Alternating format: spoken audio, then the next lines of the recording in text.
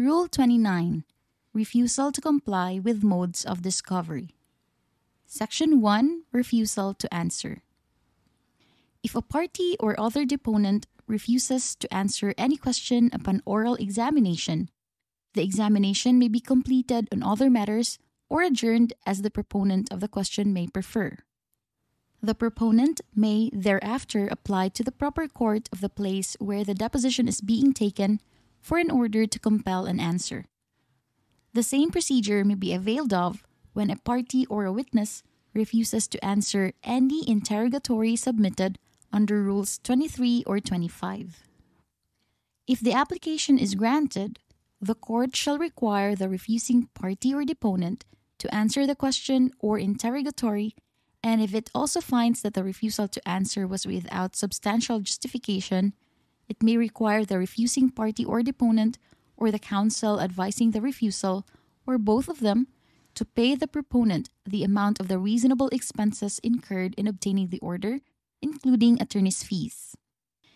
If the application is denied and the court finds that it was filed without substantial justification, the court may require the proponent or the counsel advising the filing of the application, or both of them, to pay to the refusing party or deponent the amount of the reasonable expenses incurred in opposing the application, including attorney's fees. Section 2. Contempt of Court.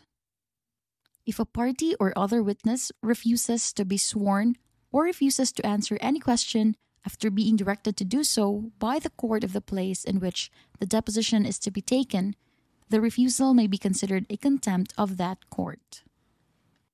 Section 3. Other consequences.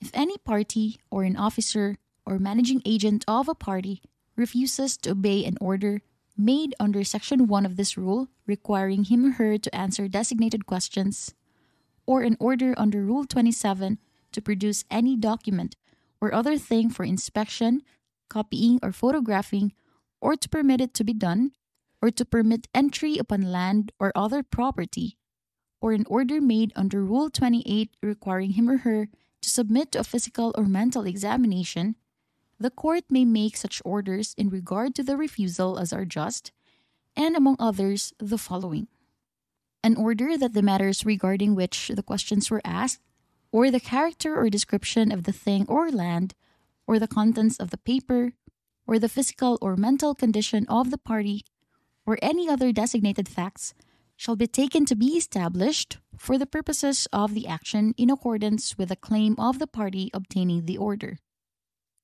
An order refusing to allow the disobedient party to support or oppose designated claims or defenses, or prohibiting him or her from introducing in evidence designated documents or things or items of testimony, or from introducing evidence of physical or mental condition.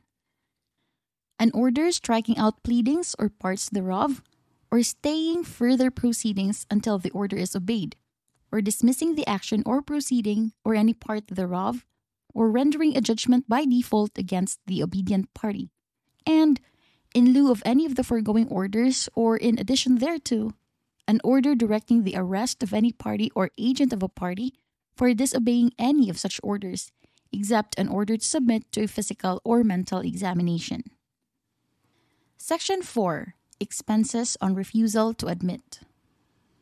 If a party, after being served with a request under Rule 26 to admit the genuineness of any document or the truth of any matter of fact, serves a sworn denial thereof, and if the party requesting the admissions thereafter proves the genuineness of such document or the truth of any such matter of fact, he or she may apply to the court for an order requiring the party to pay him or her the reasonable expenses incurred in making such proof, including reasonable attorney's fees. Unless the court finds that there were good reasons for the denial or that admissions were sought were of no substantial importance, such order shall be issued. Section 5. Failure of party to attend or serve answers. If a party or an officer or managing agent of a party willfully fails to appear before the officer who is to take his or her deposition after being served with a proper notice, or fails to serve answers to interrogatories submitted under Rule 25 after proper service of such interrogatories, the court, on motion and notice, may strike out all or any part of any pleading of that party, or dismiss the action or proceeding or any part thereof, or enter a judgment by default against that party, and in its discretion, order him or her to pay reasonable expenses incurred by the other, including attorney's fees. Section 6. Expenses against the Republic of the Philippines. Expenses and attorney's fees are not to be imposed upon the Republic of the Philippines under this rule.